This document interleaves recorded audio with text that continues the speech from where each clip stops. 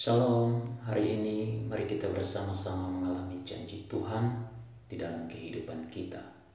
2 Raja-Raja pasal 21 ayat 1-26. Manasya Raja Yehuda.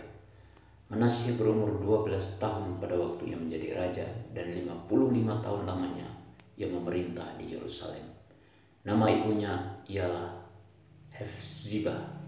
Ia melakukan apa yang jahat di mata Tuhan, sesuai dengan perbuatan keji bangsa-bangsa yang telah dihalau Tuhan dari depan orang Israel.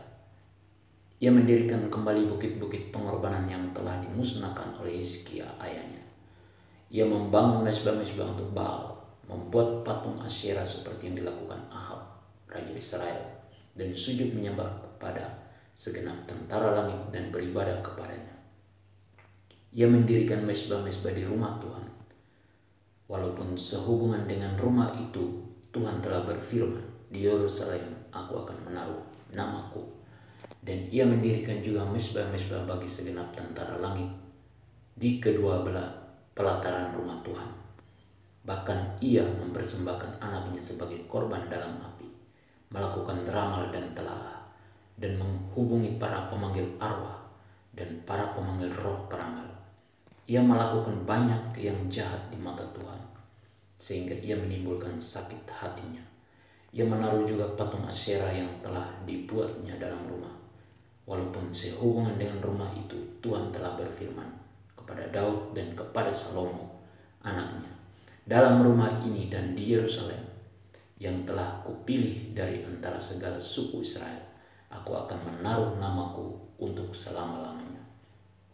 Aku tidak akan membiarkan bangsa Israel lagi dibawa keluar dari tanah yang telah kuberikan kepada nenek moyang mereka, asal saja mereka tetap berbuat tepat seperti yang telah kuperintahkan kepada mereka dan tepat menurut hukum yang telah diperintahkan kepada mereka oleh hambaku Musa.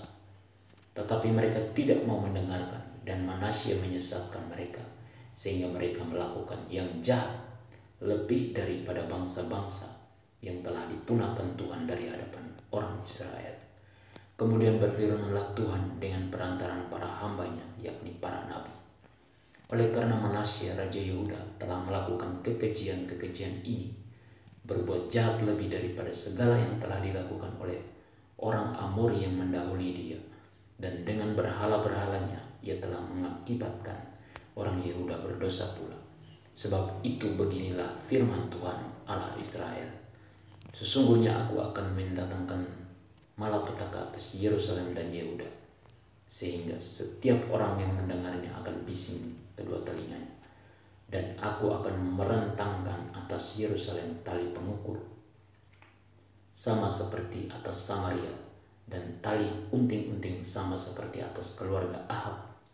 Dan aku akan menghapuskan Yerusalem seperti orang menghapus pinggan, yakni habis dihapus, dibalikan pula menungging.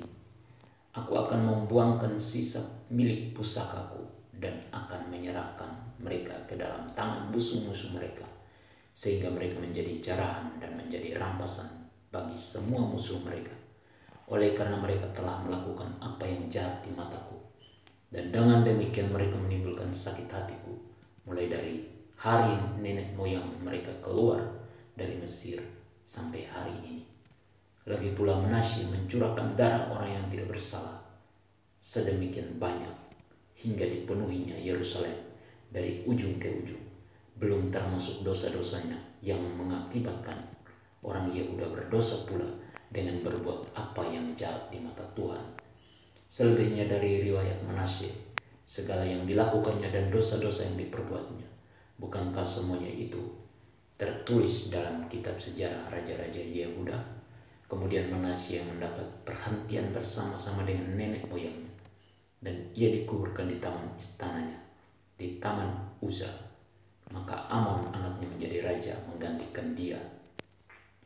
Amon Raja Yehuda. Amon berumur 22 tahun pada waktu ia menjadi raja, dan 2 tahun lamanya ia memerintah di Yerusalem.